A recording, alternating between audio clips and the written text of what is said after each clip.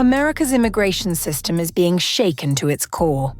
After a deadly shooting near the White House, President Trump orders a permanent halt on migration from third world countries.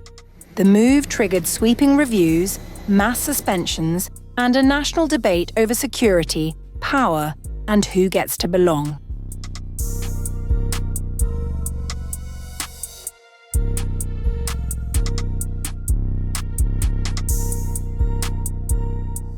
The White House has unveiled one of the most sweeping immigration directives in modern US history, after President Donald Trump announced on November 27th that the United States would permanently pause migration from all third world countries. The announcement came through a Truth Social post, marking a dramatic acceleration of Trump's immigration agenda. In his post, Trump wrote, "I will permanently pause migration from all third world countries to allow the U.S. system to fully recover, terminate all of the millions of Biden illegal admissions, including those signed by Sleepy Joe Biden's autopen, and remove anyone who is not a net asset to the United States or isn't capable of loving our country, end all federal benefits and subsidies to non-citizens of our country, denaturalize migrants who undermine domestic tranquility, and deport any foreign national who is a public charge, security risk, or non-compatible with Western civilization." The president did not specify which nations would fall under the definition of third world, a term historically associated with states facing economic instability or high poverty levels. Trump further directed the U.S. Citizenship and Immigration Services to conduct a sweeping review of green card holders from what he termed countries of concern in his post, saying, "A migrant earning $30,000 with a green card will get roughly $50,000 in yearly benefits for their family. The real migrant population is much higher. This refugee burden is the leading cause of social dysfunction in America, something that did not exist after World War II. Failed schools, high crime, urban decay, overcrowded hospitals, housing shortages and large deficits, etc." He further wrote that, "These goals will be pursued with the aim of achieving a major reduction in illegal and disruptive populations, including those admitted through an unauthorized and illegal autopen approval process. Only reverse migration can fully cure this situation." The president's statements came less than a day after a deadly shooting near the White House. 2 National Guard members were shot on November 26th, one fatally, in an attack investigators say was carried out by an Afghan national. Hours later, U.S. Citizenship and Immigration Services Director Joseph Edlow announced additional measures.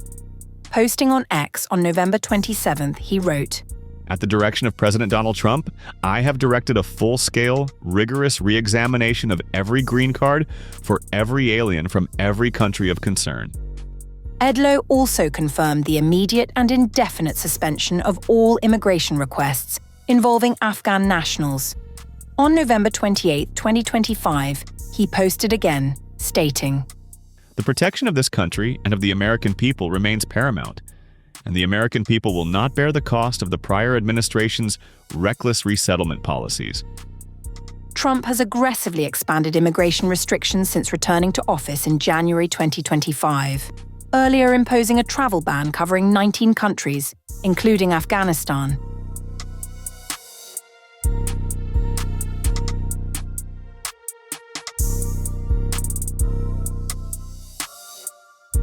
US President Trump's decision to halt migration from third world countries is the latest step in a broader months-long transformation of US immigration policy, one that began immediately upon his return to power in January 2025.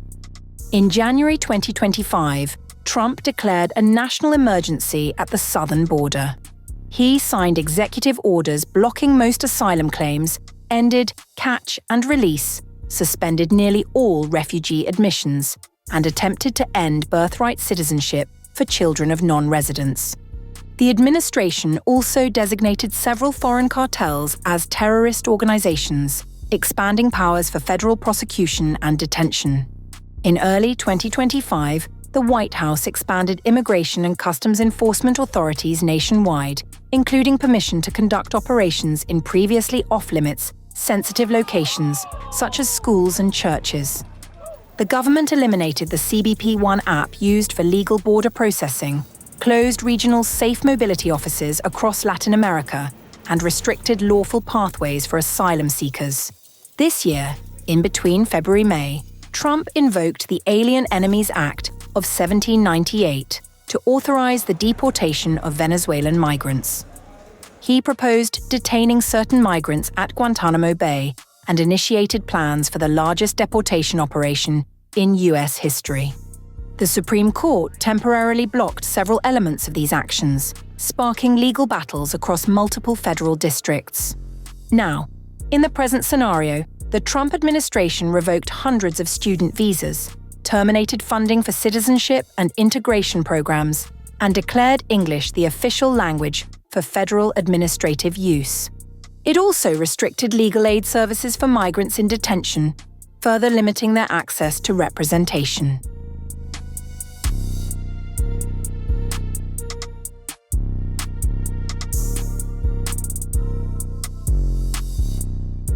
Trump's proposed migration ban for third world countries would significantly impact communities with large diasporas inside the United States. Cuban, Haitian, and Venezuelan communities would be among the hardest hit, including roughly 1.4 million Cubans, 775,000 Haitians, and 766,000 Venezuelans, particularly in states like Florida, California, Texas, and New York, where family networks, remittances, and employment ties are most deeply rooted. Iranian and Afghan communities, numbering approximately 421,600 and 226,100 respectively, would face additional hardship, particularly given the administration's post-attack suspension of Afghan immigration cases and heightened scrutiny of Iranian nationals. Communities originating from Myanmar, Laos, Burundi, Sierra Leone, Togo, and Turkmenistan, some already facing partial or full travel bans, would confront further isolation. The rules would affect students, skilled workers, and families attempting to reunite in the United States.